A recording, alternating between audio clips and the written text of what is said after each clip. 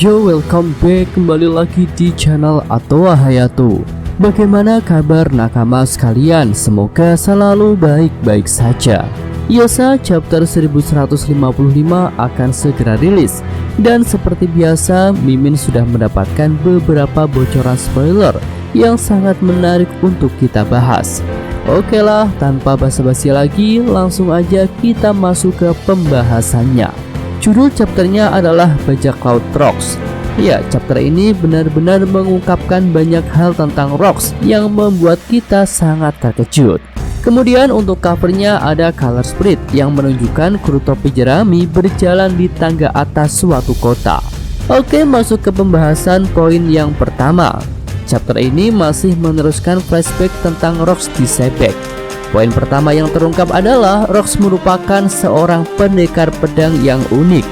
Ya, unik yang dimaksud di sini adalah serangan pedangnya dapat melepaskan gelombang kejut yang dahsyat. Belum dapat dipastikan sih itu merupakan kemampuan haki atau kemampuan buah iblis tertentu. Oke, lanjut. Di sini juga terungkap bahwa Rocks telah menculik 5 raja dalam pertemuan referee. Dan hal itu dilakukan oleh Rocks seorang diri saja. Ya, ini benar-benar luar biasa guys. Referee adalah pertemuan yang dilakukan di Marejoa. Ya, bisa dikatakan itu adalah base musuh bagi para bajak laut. Nah, di sini tidak hanya masuk ke base musuh, Rocks berhasil menculik 5 raja yang ada di sana. Ya, benar-benar luar biasa si Rocks ini ya.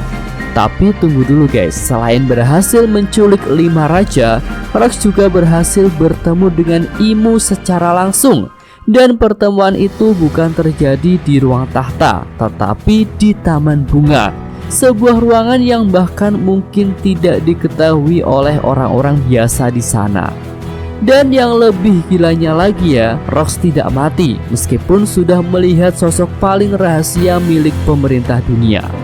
Ya, keberadaan Imu merupakan rahasia besar yang ditutup-tutupi oleh pemerintah dunia. Bahkan Raja Kobra sendiri sudah dianggap mati ketika melihat sosok Imu di ruang tahta. Tapi Rocks berbeda, dia tetap hidup dan bahkan berjanji kepada Imu bahwa dia akan datang lagi. Sebelum pergi, Rocks memberitahu Imu bahwa dia adalah penggemar Davy Jones.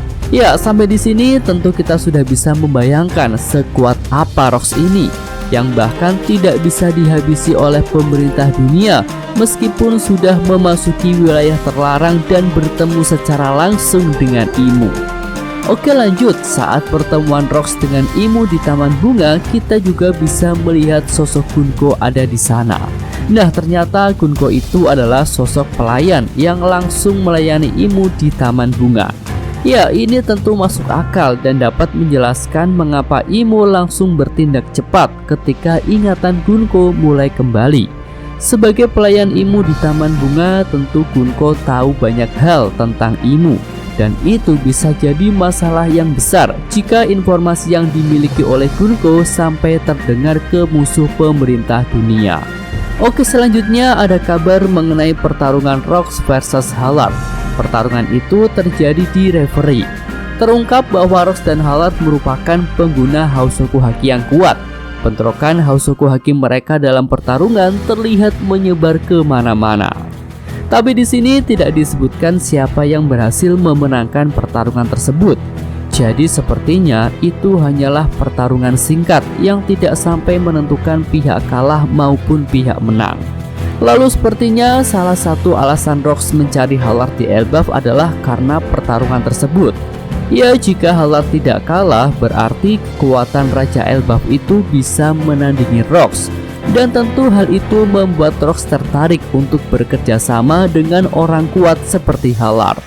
Kemudian di sini ada juga satu lagi prestasi Rocks yang tidak kaleng-kaleng.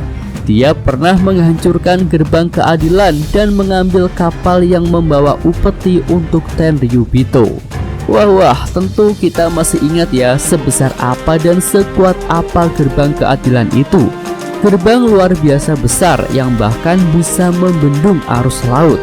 Sungguh tak terbayangkan bagaimana Rocks bisa menghancurkan gerbang sebesar itu. Oke, selanjutnya kita mendapatkan konfirmasi mengenai kru awal bajak laut Rocks yang sama-sama datang ke Elbaf.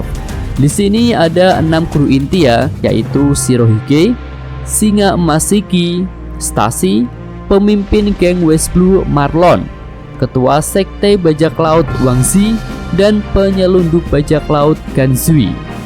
Ya, Rox mendapatkan orang-orang itu dengan jalan bertarung di Devi Backfight. Dengan cara itu pula Rox membuat krunya semakin besar dan diisi oleh orang-orang kuat. Ya, Devi Backfight memang sangat efektif untuk mendapatkan kru bajak laut yang kuat. Namun cara itu punya satu kelemahan besar, yaitu loyalitas.